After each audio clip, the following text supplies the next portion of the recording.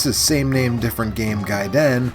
I'm Joe, and it is no secret around here that I love classic Konami games. While the publisher has left many fans frustrated with its lack of new games in beloved series like Castlevania, last seen outside of mobile platforms and gambling machines 6 years ago, and Gradius, last seen 11 years ago, it retains a place in the hearts of many players who grew up with their exemplary work throughout the 3rd, 4th, 5th, and 6th console generations. And while Konami has recently seen fit to give us pretty high-value compilations of some of these classic games, indie developers and the fan community have kept the gameplay styles and overall vibe of the Konami of old alive and kicking.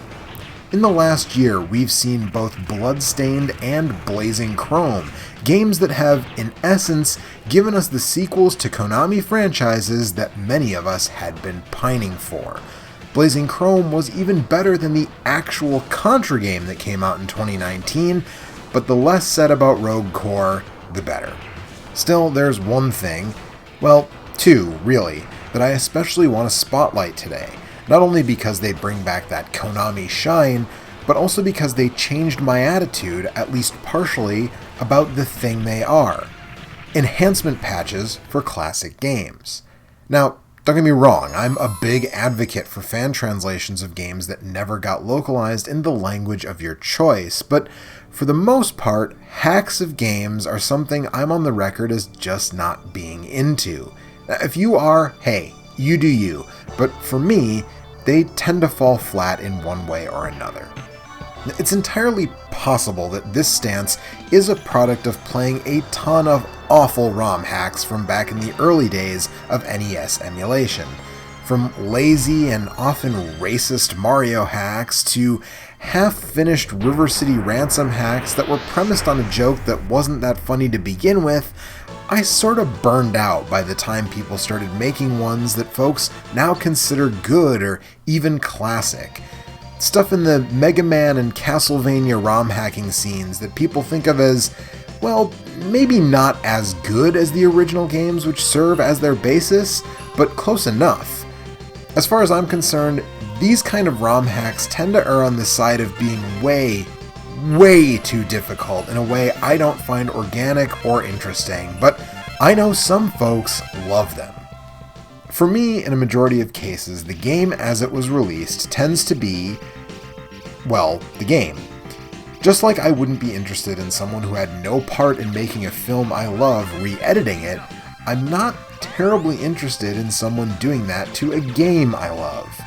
The game is the game, warts and all, and I tend to take them as I find them, unless I can't understand the language they were released in. At least, that's typically been the case.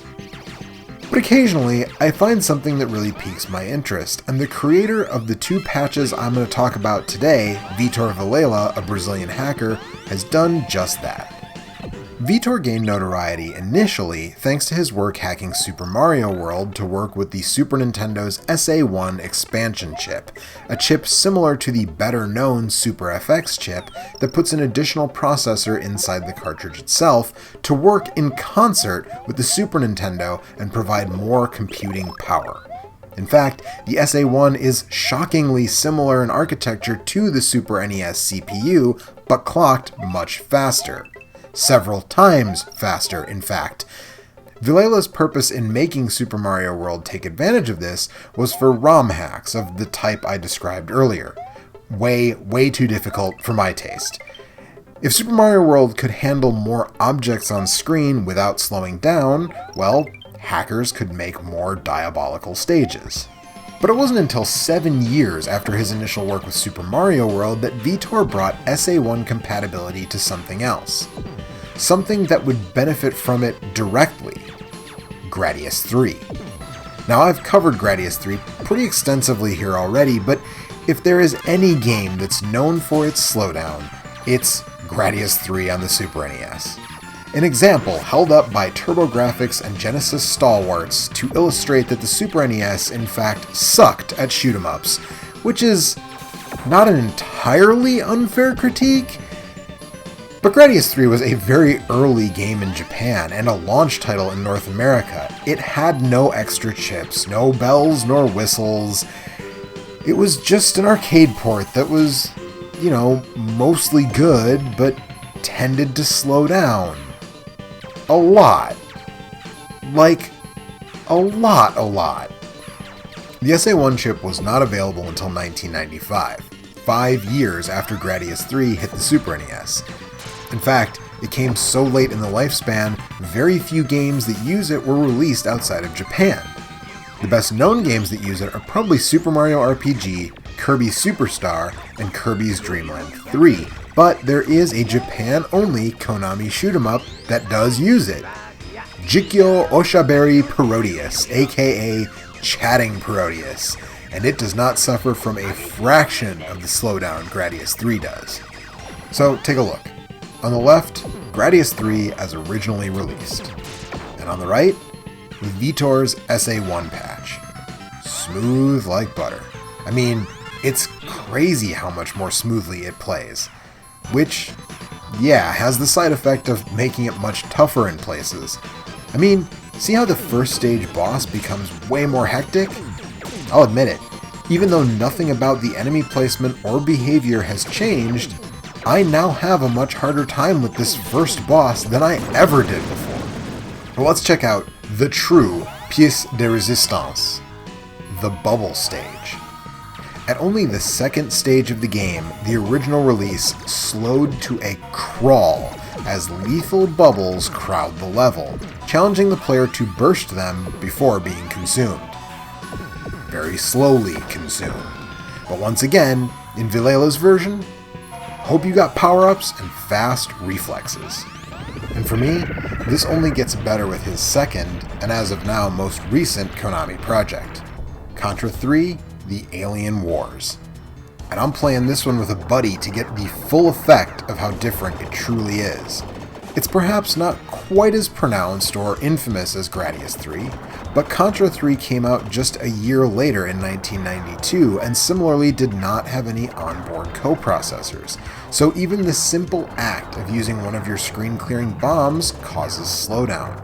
Many mini-bosses cause slowdown, perhaps most notably this one in Stage 3. Just take a look. You see how much smoother and faster it is with SA1 support?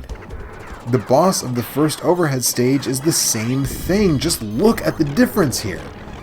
And being the Contra nut I am, I love this. It just feels better to me, honestly.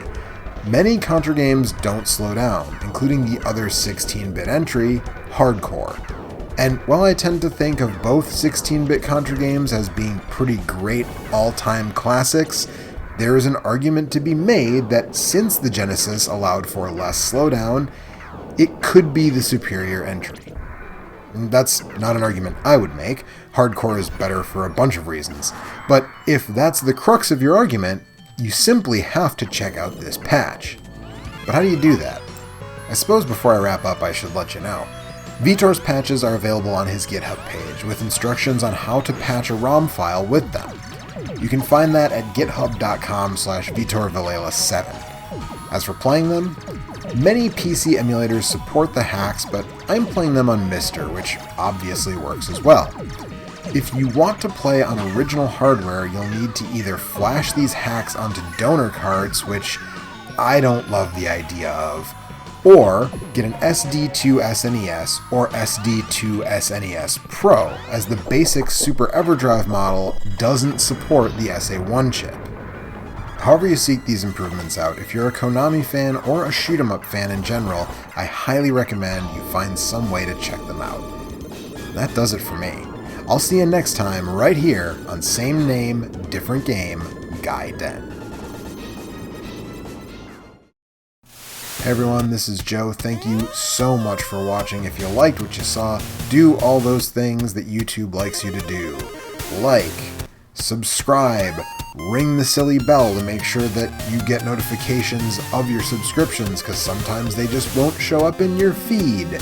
And of course, comment below telling me which game you would like to see Vitor handle next. Who knows, maybe he'll read the comments on this video and take your suggestion. I don't know. If you really liked what you saw, consider supporting the shows on Patreon. For just $1 per episode, you can get early access, your name here with all these fine people, and more. If you want to check out more episodes of Same Name Different Game Gaiden, on the left is the episode about that time Capcom sued Data East over a Street Fighter clone, and on the right is an episode about that time a Kunio game became a Double Dragon game in its Trans-Pacific journey.